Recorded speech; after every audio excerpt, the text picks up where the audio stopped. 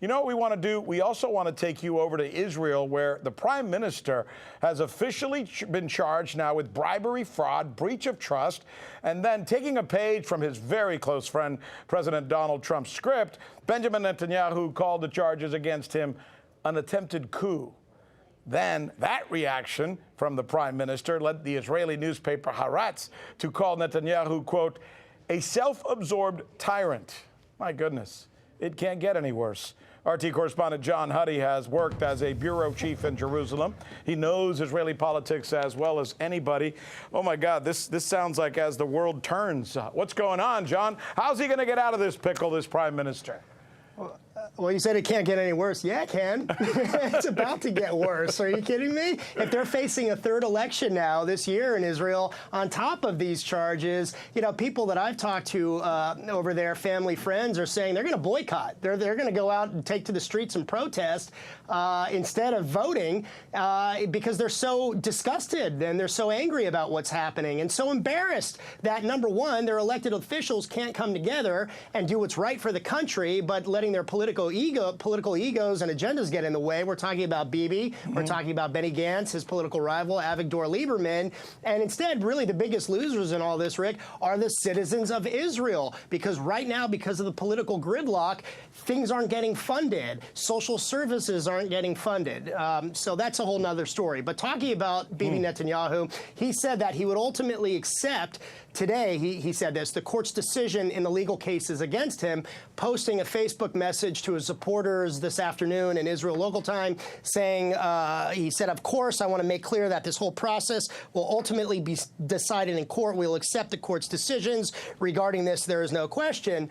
It's not as defiant as yesterday when Israel's AG announced that these charges would be brought. But Bibi also continued to question the legitimacy of the charges against him. He has claimed that the police and state prosecutors were attempting a coup to remove him from office through fabricated indictments, calling it, as you mentioned in the intro, a witch hunt, and saying that the system was tainted, also blaming the media for this, the left-wing media. So, you know, what happens now? Yeah, well, right. The announcement yesterday... So let me try to wrap that. So the announcement yesterday by the AG did not include the official filing of an indictment because the Knesset, Israel's parliament, must first decide on lifting Netanyahu's procedural immunity, a process that really could drag on for months due to the current political gridlock and lack of a functioning government, or Bibi's supporters in the Knesset could try to pass an immunity law protecting him at least while he's in office. There are others who are saying that he should resign, that he can't, you know, run the government, not with this hanging over his head. But, you know, on the ground level, the people that I've talked to are just absolutely disgusted in the whole political mess. Would he still be allowed? I know this is what you were just trying to get at, but make us understand the parliamentary system because we're not used to it.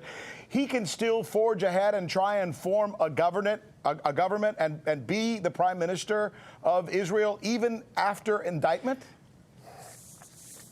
Well, it's going to be difficult. It's unlikely that, first of all, remember, he already tried to form a government and he failed. So he was unable to do that. And with this, so the short answer is, yeah, he could theoretically continue as prime minister. But at this point, he was unable to form a government. Benny Gantz is refusing, his political rival is refusing to work with him. Avigdor Lieberman can't bridge the divide. What a mess. Gantz, by the way, said that tomorrow he's going to hold a press conference tomorrow evening after Shabbat to discuss the next steps and that he's going to still try to form a coalition.